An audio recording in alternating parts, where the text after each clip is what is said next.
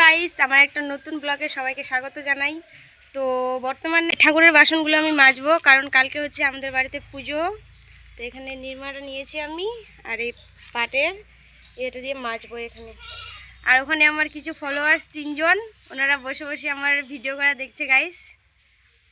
তো চলো বাসনটা মেজে নিই। বর্তমানে আমার বাসন মাজা কমপ্লিট। এই যে বাসনপত্র সব কিছু গুছিয়ে নিয়েছি। আমাদের এখানে হচ্ছে লেবু মাখা, তো আমরা লেবু মাখা খাবো গাইস। লেবুটা মাখানোর পর কিছুটা কালারটা আমাদের এরকম আসছে। চলো খাই, দেখা যাক কেমন হয়েছে।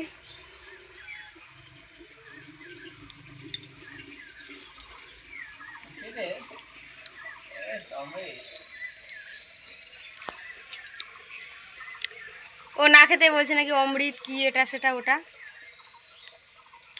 ভালোই লাগছে, ঝালটা কম হয়ে গেছে।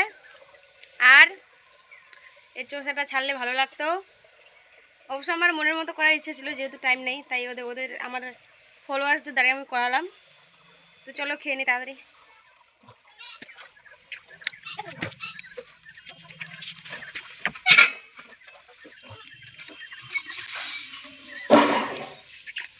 যেহেতু আমাদের পুজোটা হচ্ছে এখানে ওপরে হবে, মন্দিরটা আমরা ওপর দিকে বানিয়েছি, তো যার কারণে এই জিনিসপত্রগুলো আমি নিয়ে আসলাম ওপর দিকে। তো চলো এখন পরবর্তী কাজ করা যাক। বেগুনের বিচিগুলো শুকানো দিচ্ছে, তো আমি এগুলো এখন উঠাই নিব।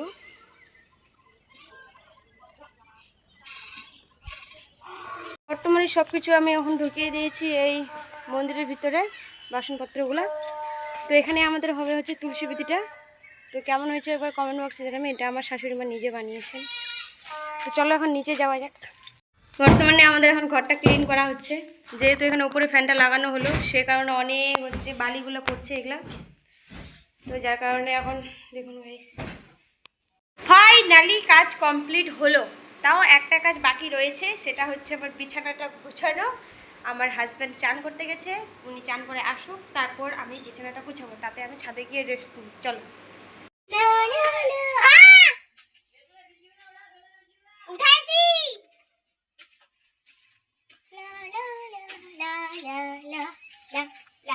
নারকেলের পাতাগুলো আমার হাজব্যান্ড ছাদে আনে রেখে দিল, কারণ এগুলো আমি বিছানা ঝাড় দেওয়ার মানে পরিষ্কার করে ঝাঁটা বানাবো।